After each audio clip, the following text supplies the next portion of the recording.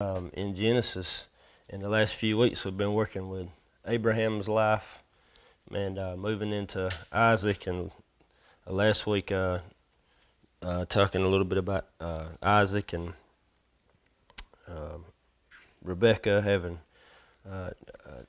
becoming husband and wife, and we kind of left that story at the end of chapter 24 with a phrase that the Bible just really paints a perfect picture of Isaac and Rebecca, because it says in the last verse of 24 that Isaac loved her. And so we've got a good picture of what this marriage is beginning like. Remember, he had waited a long time to have a wife, and Rebecca is brought back, and immediately she sees him, and they make a connection, and they obviously are a good fit, a good match. And so we got a good picture of a marriage that's healthy from everything we can tell.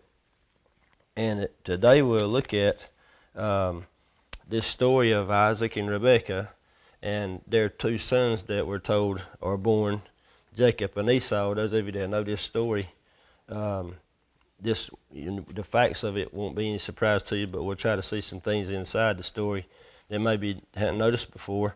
But also looking at how this story is sort of in comparison to some other stories in the Old Testament in the way that the people behave. But the title of your lesson in your book is that that God can use flawed people to accomplish His purposes, to accomplish His will. And we can see that all through the Bible, how God uses people that were imperfect to accomplish what he needed to be done. Just think through all the stories that you know in the Old Testament and New as well, of people who were not perfect. They were sinful people, and God chose to execute His will through those people's lives, through those decisions that they made, correct or incorrect. But the thing that stands out to me when we study all these people in the Old Testament, especially these first couple generations of Abraham, the Israelite nation of Abraham, and going forward, is how those people were making mistakes left and right, and yet God just continued to grow those people.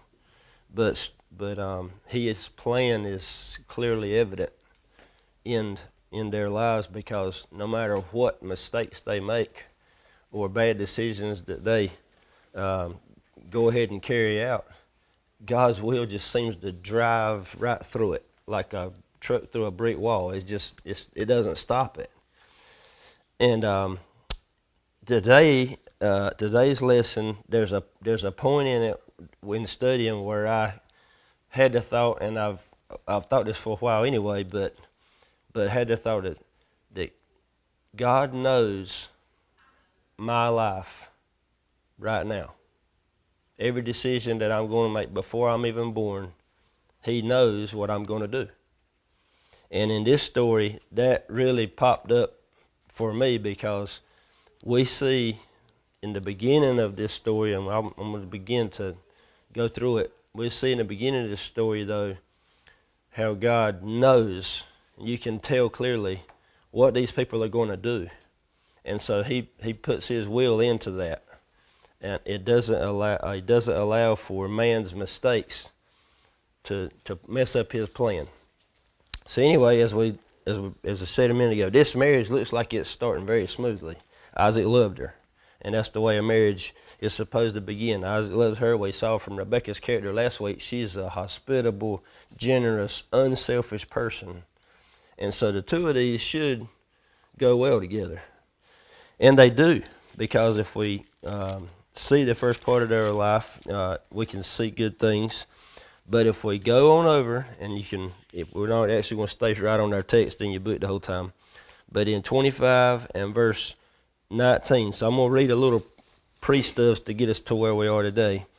But it talks about the records of Jacob and Esau, the birth of them. And so I want us to look at some of this stuff. In 19, these are the family records of Isaac, son of Abraham. Abraham fathered Isaac. So Isaac was 40 years old when he took as his wife Rebekah. So remember that. He was 40 years old when he and Rebekah are married. And you skip a verse or two, and it says Isaac prayed to the Lord on behalf of his wife because she was childless. She was barren. The Lord was receptive to his prayer, and his wife Rebekah conceived. Okay, so he's 40 when they marry. She can't have children, and he's having to pray for this. This is the same thing that Abraham had to do. Okay, remember Sarah was barren also.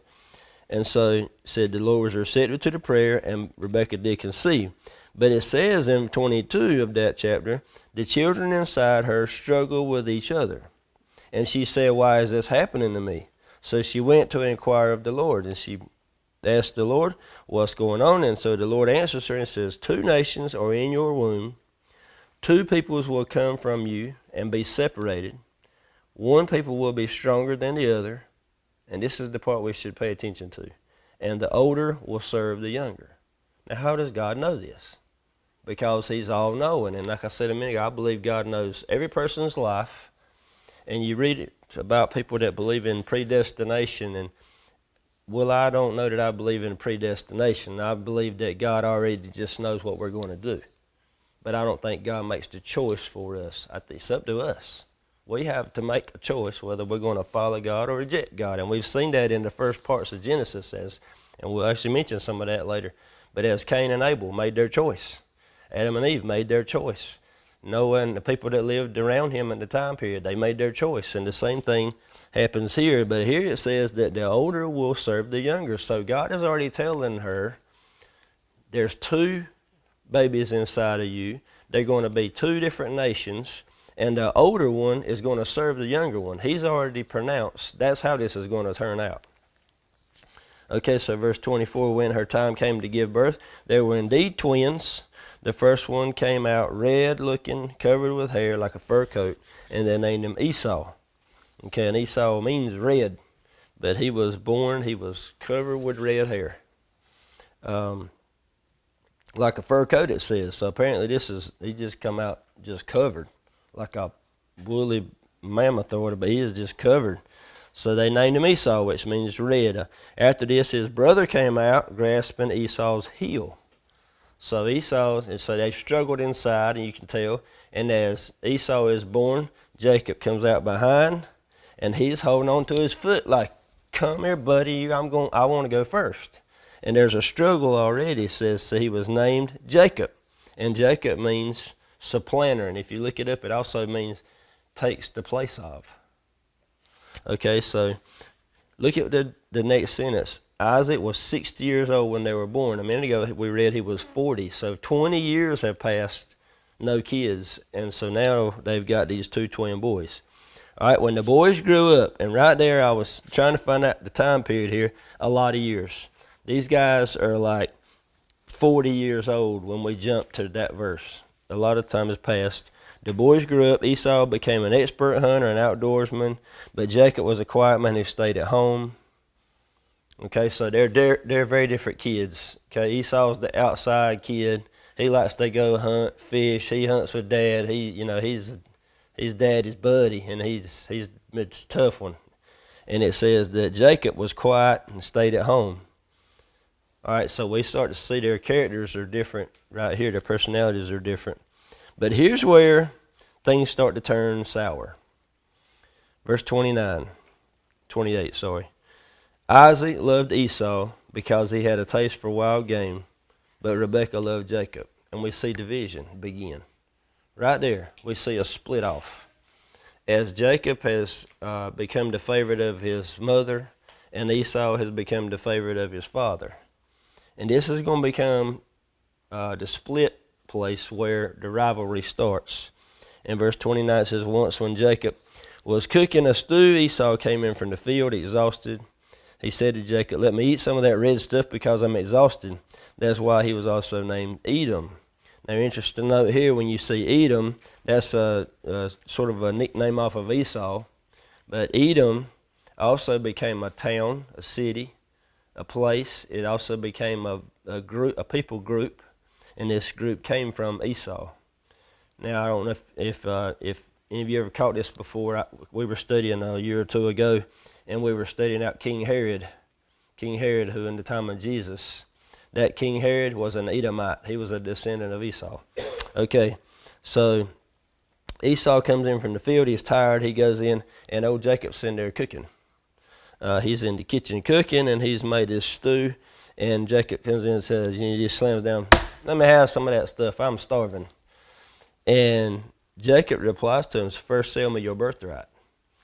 And so we get an indication here that Jacob wants something that Esau has. In the very next sentence, we start to see Esau's opinion of what this thing is that Jacob wants. He said, "Look, I'm about to die. In other words, I'm about to starve. What's good, a birthright to me?" We start to see here that Esau does not consider his birthright very important. And in that day and time, the custom was, you probably already remember and know this, that the eldest son was entitled to a double portion of everything over the younger sons. And so he's entitled to this birthright. But he doesn't seem to care about it. He says, "Forget it. I don't care. I'm just hungry right now. I don't care about my birthright." You see the selfishness inside of him, the attitude of not even having any care or concern for this birthright. And in listening to someone this week, they mentioned that we start to see here that Esau really doesn't have any desire to have a spiritual closeness with God. Because if he did, this would mean something to him. Something that was going to come from his father, something that was going to come from his father who believed in God and tried to honor and follow God. This birthright would have meant something to him. But Esau is a worldly person. He's a fleshly person. He only cares about himself and what this world can give him, what he can get from it. And so Jacob, we can tell, actually does have a desire for what's here. This birthright coming from Isaac, who no doubt had told his two sons that his line was part of this promised line that his dad Abraham had told him about. That God had said, you're going to be the beginning of this nation. And Isaac would have told his children, Jacob and Esau, about this. Jacob seemed to listen to it and care about it, and it appears that Esau really probably didn't. So Jacob, in the next verse says, "You swear to me first." So he swore to Jacob and sold his birthright to him. So for a meal, one meal, a bowl of soup, he gave away his entire birthright. All of his inheritance that would be double portioned to him, he gave it away, and just with no consideration. All right, so then Jacob gave the bread and lentil stew to Esau. He ate, drank, got up, and went out. So he just, ate what he wanted, threw the bowl, and hey, I'm out of here. You clean it up. That kind of attitude. And there's just this nonchalant way that he treats this birthright. And so we're told in the very last verse of 25 exactly what we've been thinking and reading. Esau despised his birthright. Why would he despise this? But he did. And this gives us a picture now of where these two boys are really becoming more and more different from each other. All right, so we jump from that, and in case we're trying to figure out, is Esau really this bad? You don't have to flip over there. But if you go over to Hebrews, which we can flip to a lot while we're reading Genesis, there's so much comparison. But if you go over to Hebrews and read in chapter 12, this is a place where the writer of Hebrews tells us something about Esau. And he says, make sure, this is verse 16, and make sure that there isn't any immoral or irreverent person like Esau, who sold his birthright in exchange for a single meal. For you know that later when he wanted to inherit the blessing, he was rejected, even though he sought it with tears, because he didn't find any opportunity for repentance. Now, that has got a lot of foreshadowing, a lot of pre-thought here to what we're going to be talking about. Because here, when Esau rejects this birthright, he's making his choice. Just like when Cain and Abel, when we think back to that story, when they both bring their offering to God, how Cain brought it one way and Abel brought it another. they brought it with two completely different attitudes. It was what they brought, because Abel brought one type of offering and Cain brought a different. But their attitudes when they brought those offerings made a big difference in deciding what their character was going to be. It made a big difference in whether God was going to accept that offering or not. And here we see Esau despising his birthright. He's definitely put himself in a place of, I don't care about what's going to be given to me. Now, we will get more thought into this as we go on, but think about how people in the world today treat God, how people all through history have treated God. There's one choice that everyone has to make, whether they want to make it or not, and that is, am I going to follow God or am I going to reject God? Am I going to follow Jesus or am I going to just kick him to the curb? And that choice here Esau is making. He's saying, I don't care. I just want what's me, what's for me. What do I want? What will make me happy? All right, so flip over to the next chapter, 26, and the end of the chapter is where we're going to go, and then we're going to hit the scripture text for today. When Esau was 40 years old, he took as his wives Judith, daughter of Beeri the Hittite, and Basemath, daughter of Elon the Hittite, and they made life bitter for Isaac and Rebekah. And why we read this verse? Because he took two wives, that was wrong to begin with. He took two wives that were from the Canaan area. If you remember last week's lesson, Abraham told his servant, do not go get Isaac a wife from the Canaanites. And here, Esau was going to do that very thing. And look at what verse 35 says. They made life bitter for Isaac and Rebekah. And life is becoming miserable now because of Esau's decisions. And this verse of making life bitter for Isaac and Rebekah, I don't think we get to see all the details in that one sentence, but it tells us that everything after this was going to be miserable because of this decision that Esau has made to have two wives from the Hittites. All right, so chapter 27 and verse 1. When Isaac was old and his eyes were so weak that he could not see, in other words, he's pretty much blind, he called his older son Esau and said to him, my son. He answers, here I am. He says, look, I'm old and I do not know where the day of my death. So now take your hunting gear, your quiver and bow, and go out in the field to hunt some game for me. Then make me a delicious meal that I love and bring it to me to eat so that I can bless you before I die. Now, I did not know this, but the blessing was a public ceremony. When the father would give the blessing to the eldest son, or it wasn't necessarily the eldest son, but usually it was. But when the father was going to give the blessing, it was done in a public family ceremony. It wasn't done just, in the hallway, wherever, in the back alley. But look what Isaac is doing here. He says, go get some game and bring it back to me so I can have a meal so I can bless you before I die. The next verse, now Rebekah was listening to what Isaac said to his son Esau. So she's listening from the other room, and she hears what Isaac is saying. And so while Esau went to the field to hunt some game to bring in, Rebekah said to her son Jacob, listen, I heard your father talking with your brother Esau. He said, bring me game and make me a delicious meal for me to eat so that I can bless you in the Lord's presence before I die. All right, so look at what's happened. When I got here to this place, I said, this is starting to turn into a soap opera. If you watch the soap operas, you see deceit and conniving, and nobody tells the truth to each other. They all just, lie and cheat on each other and backstab one another, and this one's making a deal with that one. Next thing you know, that one's made a deal with that one. They got enemies. You go back and watch it 3 minutes later, and nothing's happened. But you can catch up in 2 days. But right behind that, those same people that were enemies, all of a sudden down there conspiring one another again. And it just gets ugly because people are being deceitful. And that's what's beginning to happen here. As Jacob and his mom, Rebekah, and Isaac and Esau are starting to make teams against one another. So Isaac has said, look, I'm going to give you this blessing. and I need you to go get me go hunt something for me. I like something that you go and hunt. Make me a meal, bring it in. I'm gonna sneak this blessing to you before anybody else finds out about it. Why would he sneak it in?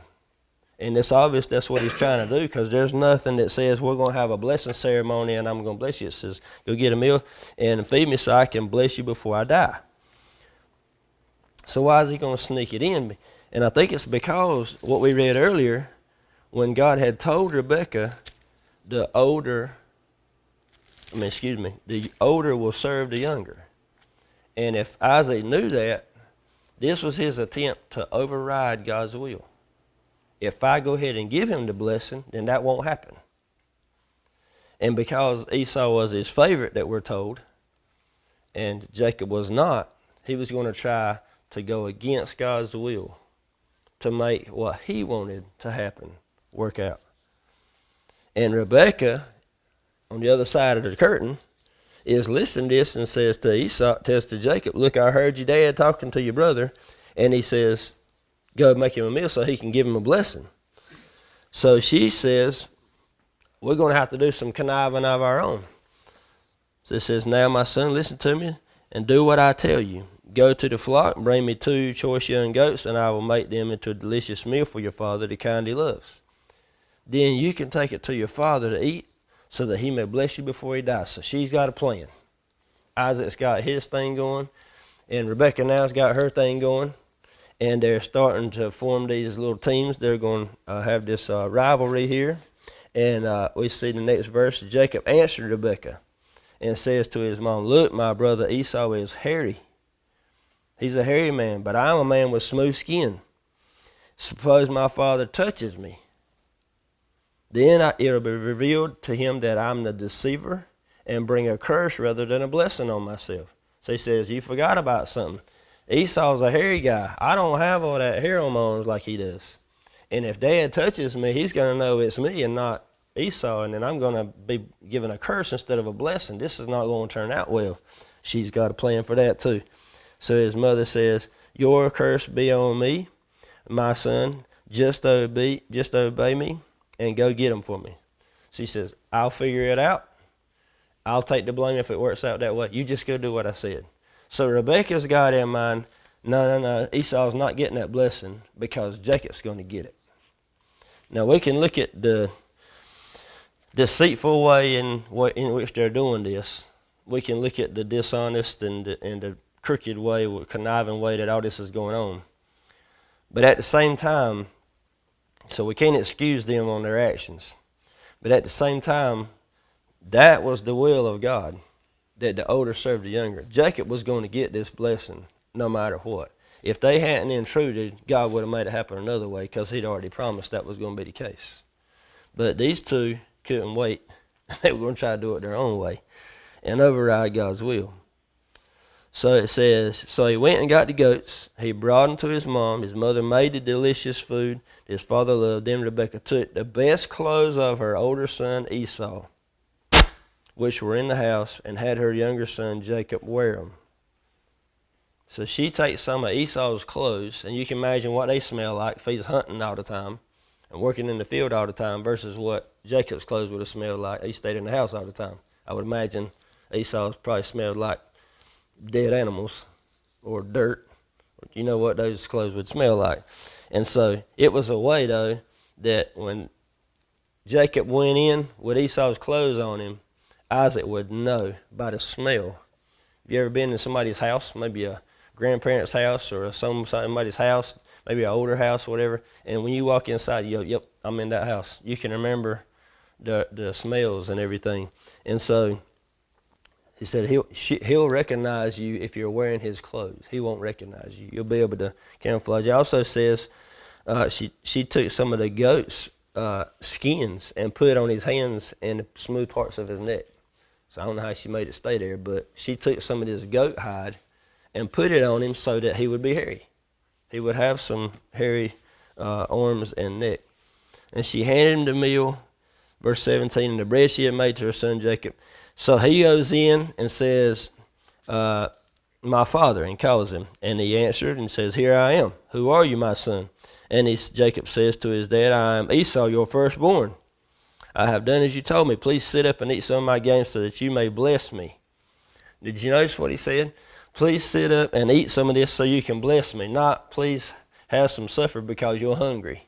It's, hey, I got you this food. Now give me the blessing while you're taking care of this, so you can get that taken care of. So he says, so you may bless me. But Isaac said to his son, how did you ever find it so quickly, my son? He said, we got a mess because this happened pretty quick. He didn't have enough time for Esau to go hunt this animal. It took a while to go hunt the animal, come back, kill it, skin it, get it cooked, everything. They've done this very quick, and so they got a hole in their story here because Jacob has taken some goats from outside in the pen instead, and this meal is ready too quick. So what's he do? He throws God into it. He replies, because the Lord your God made it happen for me. He says, here's what happened, Dad. God blessed me so much. He just provided this animal for me quickly. It was just there. God did it. So Isaac says to Jacob, please come closer so I can touch you. Are you really my son Esau or not? You can hear the doubt in Isaac's voice. He says, I'm not sure you're really Esau. So Jacob came closer to his father Isaac, and when he touched him, he said, this voice is the voice of Jacob, but the hands are the hands of Esau. So you sound like Jacob, but you feel like Esau with all his hair on your arms. He did not recognize him because his hands were hairy like those of his brother Esau, so he blessed him. So Isaac says it must be him. And so he blessed him. And here's where God's will is carried out. This blessing was going to happen. We told it a few minutes ago when it said the older will serve the younger, and Jacob's going to receive the blessing here. And so it says he blessed him. And again he asked, are you really my son Esau? And he replied, I am. He looked right in his dad's face and said, yep, it's me.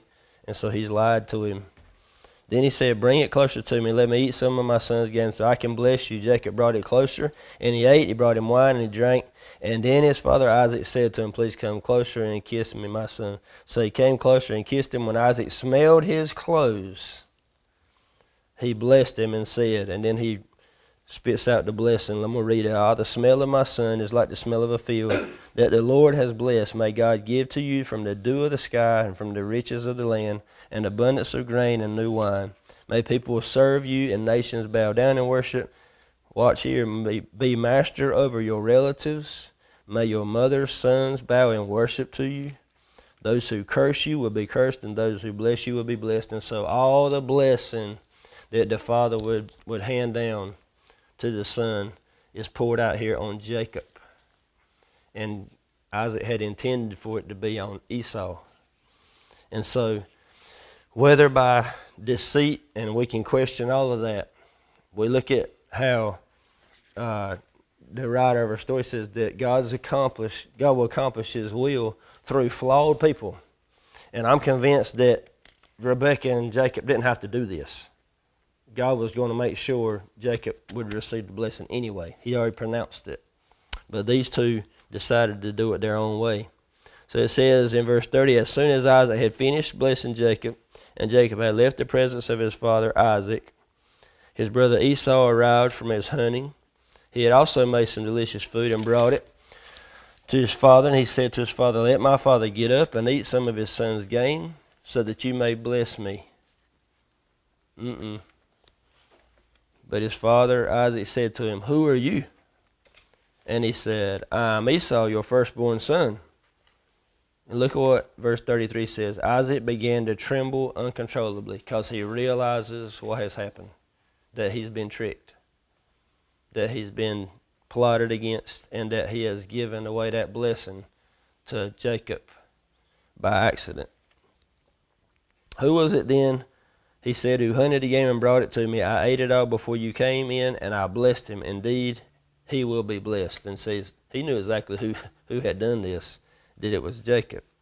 When Esau heard his father's words, he cried out with a loud and bitter cry. Now I want you to just think back to what I read a few minutes ago about when Esau took those 2 wives.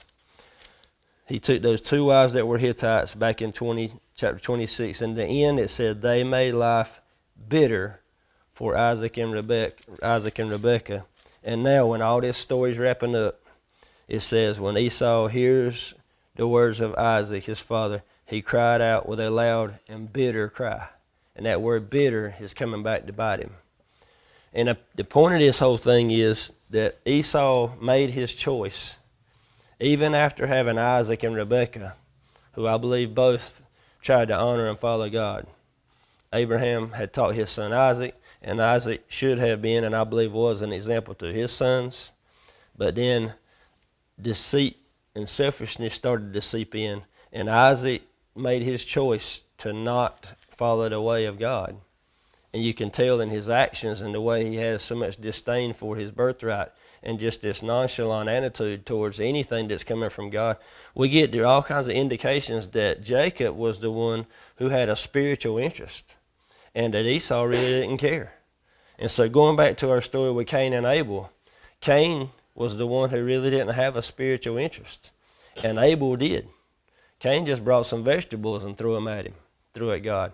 Abel brought a firstborn lamb and sacrificed a life to do it. And Abel, you can tell that way. If you think back to Joseph and his brothers, that's a different story and we'll probably get to later. But Joseph and his brothers, Joseph was one of the younger ones, and his brothers, he told them, if you remember, he had the dream, and he said, all you guys are going to bow down to me one day, because God had told him that was going to happen. And they were mad at him, so they threw him in a hole, and then they sold him away into slavery. But you see the choices they're making of whether we're going to follow God or not. And we can go all throughout Scripture and see that, but there's places every time that happens where the ones who choose to follow God and the ones who don't choose to follow God, the consequences they reap are their own, but God's plan still plows right through each time. I think about David, King David, when he decides he wants to have Bathsheba for a wife. And so he connives and has Uriah, her husband, killed in battle. And God still used that immoral act to have Solomon, who would be in the line of Christ, because David and Bathsheba would have a son named Solomon. And so people's mistakes and flaws don't stop what God's plan was, and God's plan was for Jacob to be the one who the line would go through, who would carry on this offspring. All right, so kind of back where we were. So he has this bitter cry, and he cries out for a blessing in the next few sentences. In verse 36, is that he rightly named Jacob, for he has cheated me twice. He took my birthright, and now look, he has taken my blessing. Remember, Jacob's name means take the place off. And it says, Isaac answered Esau, said, look, I have made him master of you, have given him all of his relatives as his servants, and have sustained him with grain and new wine. What then can I do for you now, my son? And Esau said, do you have only one blessing, my father? Just one. And Esau wept loudly. So we can see a whole lot of things in the story, but the two things that stick out here near the end are that Isaac has finally submitted to God's will. He wanted so badly for his favorite son, Esau, to be the one who would be served by all the other family members. But instead now he has accepted that God's will was for Jacob to be the one. And he's obviously given into it, and he makes his declaration to Esau. Now, I heard one other person this week, and I hadn't really paid attention to this that much in the past, but it does make sense that we can see a picture here also of Satan, Adam and Eve, and God here, if we want to, and we can pick the characters out. You can put them where you need to put them so they match up, but the one we focus on is Satan, because if Satan decided to go against God, he made his choice. And when he decided to go against God, he was cast to the side, and he'll be forever punished in hell and eternity for it, for making his choice. And you can tell the bitterness that he had, the same type of attitude that Esau had. Esau despised his birthright. In other words, once it was gone, he didn't care anything about it anymore. It was just trash to him. And that's how Satan is when it comes to God. Once God said, you're forever punished, back in Genesis, when he tells Satan, says, you'll be forever punished because of the way you've deceived Adam and Eve. And from that moment, I think Satan's had on his mind, all right, that's fine, but I'm taking every person that I can with me. And he's tried to, throughout history, Bible included, to destroy just as many people as he can, to destroy God's will any way he can, and to use people to do it. And here's an example where he uses Esau to do it. But look at the consequences. As Esau now, he was Mr. Tough Guy, remember? Now he's crying bitterly. He's weeping. It says he's weeping, he's crying out loudly, and he's begging, do you have just one blessing for me? And look at the destruction that's come from all this. And then afterwards we see as Esau has so much anger and contempt for Jacob that he makes it his goal, I'm going to kill that guy. It's pure revenge after this. It's not submission to God. It's not asking for forgiveness. It's just, I'm going to kill that guy. And he's got an attitude that goes against everything that he should be following. All right, so we can go further into the story and find more things, but just noticing how that family started out so smooth, and how by just some deception, some selfishness, some rejection of God, it turned into such a mess. And after this, they tell, Rebekah tells her son Jacob, said, look, he wants to kill you and he means business. You need to leave and go back to my brother and just stay with him, and I'll tell you when. Well, Jacob never sees his mom again. We don't have any indication that he does, because if you remember, he kind of gets the same thing comes back to him, because he has to go back and he winds up staying there for 20-something years and can't come back home. And so you see a lot of silence after this. You don't see much out of Isaac and Rebekah anymore. This whole marriage and family has been blown to bits over this thing. And it all started from some poor decisions earlier when Esau decided to follow and take Hittite wives, when Isaac and Rebekah started to take favorites in their families, and you can tell how it just caused these big divisions. But just notice how even though all of them were making poor decisions in a lot of ways, how God's will just drove right through it. And we can see that in story after story. We mentioned Joseph and his brothers.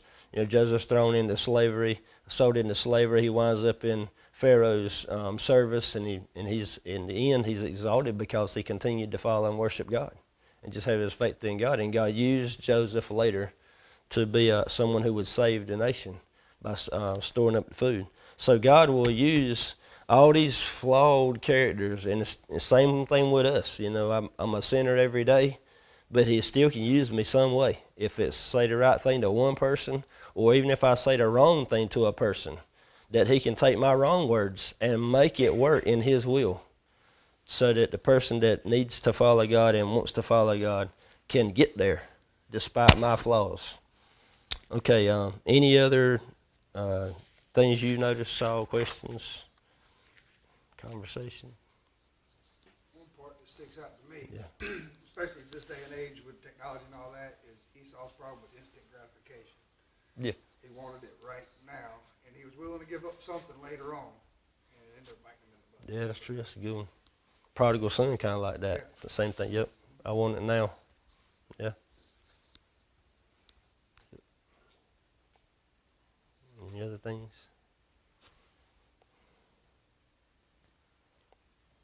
Good lesson for us, though.